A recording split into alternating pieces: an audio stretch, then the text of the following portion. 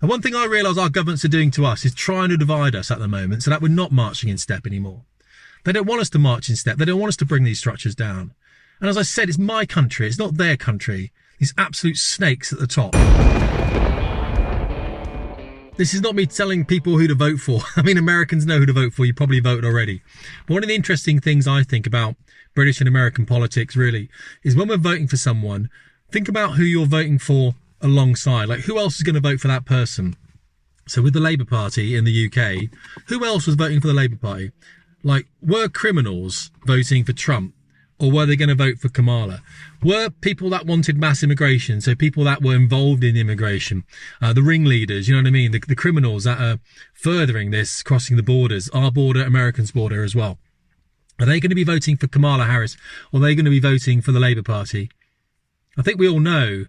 So who's adding value to the country and who are they going to be voting for? If you've got a small business, like right now, Labour are scuppering small businesses. I run a small business. I'm not saying that because I've been in the public sector as well. Now I'm in the private sector. I was hit in the public sector under the Tories, and now I'm being hit in the private sector under Labour. Obviously, the NHS is too big to fail, so we've got to keep financing that. That's sarcasm, by the way, which a lot of people won't get. You know, so there's a lot going on. And when you do vote, it's like, who's going to be next to you in that booth? I'm going to walk into a booth. I'm going to vote for Kamala Harris. Is that going to have an economic migrant next to me who's somehow got the vote and they're going to vote as well? Because obviously that's what happens. And do I want that economic migrant in my country? Or do I want those jobs going to the American people or going to the British people? You know, it's one of those things, isn't it? And people will say, well, the British people aren't working. Well, if you had the schemes for them, they would. So we need to be financing the doctors and nurses programs and everything else. It's a very simplistic, reductive argument. I'm not getting into detail here. I know it's nuanced and it's not easy. But that's the sort of thing I'm thinking about. Like, who do we want to be looking after us? I saw someone labelling the elites the parasites the other day, and I thought that was quite interesting because it does seem that everyone in our politics is grifting from the top. They're interested in what they could do. Most certainly that's what happened to the Conservatives in the end. They're interested in their own individual legacies. And this brings me back to our legacies as well. And that quote that came out of Gladiator, wasn't it? Like, what you do in life echoes in eternity. And I firmly believe that, because that's all you really have, is what you've done on this planet. People are going to remember you by. What is that? What is it that we're doing as individuals or communities? You know, if you walk around your streets where your house is it covered in litter? Is it? Because you live there, right? That reflects on you. That's if it's got graffiti on lampposts and stuff, or, you know, street furniture, that reflects on you. You live there. I've always felt that's quite interesting. Like, I went down to my rowing club this morning. There's been a bonfire night the night before, and I think we've lent the council out our grounds for the bonfire night. And there was litter around. The first thing I do is start picking up all the litter because it's my rowing club, right? And I don't want litter in the rowing club. So why are we not doing that around our own communities? Is it because we don't feel invested in our communities? Well, the way that we get invested in something is you make a contribution. So you can only be invested in your local community if you're contributing towards it. You have to be delivering something of value. And I remember people tell me sometimes, I don't feel valued in the workplace. And I have to say to them, well, is what you're doing valuable? You can't feel valued for doing something if you're not doing something that's valuable. And I reflect on that quite a lot. Am I doing something valuable in my business? Are people pay me money and I'm teaching them, but is it really valuable? And I got an email the other day. It was a lovely email from one of the pilots, an actual pilot, business jet pilot in my school, saying, Tim, people don't realise in the school the level of teaching that you're giving them throughout his whole airline transport pilots course, ATPL, CPL, whatever he did to be able to teach commercially. He said it was really nice. I'm not just saying me. He said he never had an instructor like me that would break it down into the fundamental tenets of what it means to be a competent pilot. Irrespective of that, guys, I like to think what I'm doing is valuable, and that's why people pay me for it. You're not going to feel valued in the workplace or valued in your society or your community if you're not adding something of value. Okay, I've gone over that. Let's forget about that now. So that's what I'm talking about, is what's the kind of society that we really want? I think it's one, well, I know what it is. I don't think we're going to get it. I think it's gone. I think now. And I was chatting to someone who's really much they're very much a conservative. And they're quite a big Christian as well. And even they were saying, well, we owe it to immigrants because we've destroyed their homelands, and so they have to come across to ours because they can't grow anymore because of global warming. And I was saying, right, all right, so there's a narrative, and we'll understand that narrative, whether you're into the climate change thing and you are maybe someone that, or someone that isn't, you're into it or you're not, or somewhere in the middle. And I think we all need to be in the middle, not the extremes. If that is the case, fine, we've got economic migration, but we still have to be careful how much of that we bring in. We just have to. And again, it comes down to, I think, representation. Right now, Kemi Badenoch has been put in as the Conservative leader, with her history and everything. I understand that, but should we not have someone who is of English ethnicity in leading the English, or the Welsh, or the Scottish, or the Irish? Are they invested in our country if they're not from an Anglo-Saxon or Celtic heritage or whatever it is? My argument is no, they're not. They're not. When it really comes down to it, like, what you do in life will echo in eternity. Do they really care? Like, I was trying to explain this to my wife about a noble death. And the reason I'm trying to explain this, and I won't go into too much detail because it's relatively private. There's someone in the family who's quite elderly, and I'm very much educated by this person, and they're a great human being, but they're very elderly. Very much looking at moving on to the next life, as it were. And the history, the legacy of this person is extensive.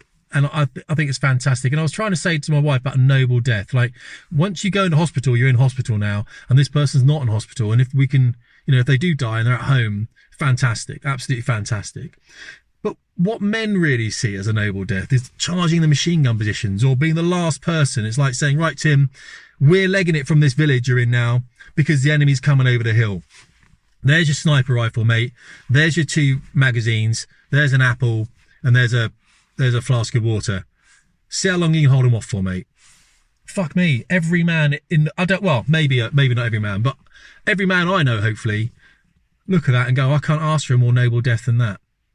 I can't ask for a more noble death than to sacrifice myself so that others I care about are able to save themselves. Some emotional A-level shit right there.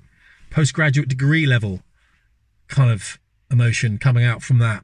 And if you just hit the comments, tell me if that is not a noble death, tell me why not.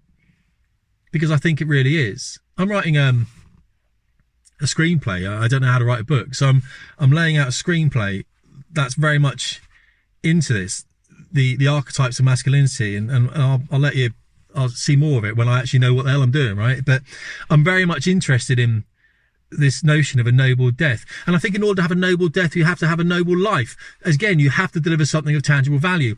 And I don't see that happening. I don't see that happening with the politics we have at the moment. I don't think people are in it for community, for their country. I don't. And I'm saying the same about the Royal Air Force at the moment as well. And I know I've been in a boat this morning rowing, and conditions are quite heavy and stuff. And I've been thinking about rowing, and I've come down and just splurged to you. And I'm sorry if this is not a video that you engage with. I just click on the next one. I'm really sorry, guys. Normally they're more constructive than this, but I was thinking about the Royal Air Force because I was listening to a podcast from the director of flying training, a guy called Rob Kane, who's a mate of mine. And in the podcast, he actually said something interesting. He said to the new people coming in, I'm paraphrasing here, the new people joining the Air Force, it's a great time to join. It's an amazing time. And he said to the people that are already in the Air Force, just hang in there.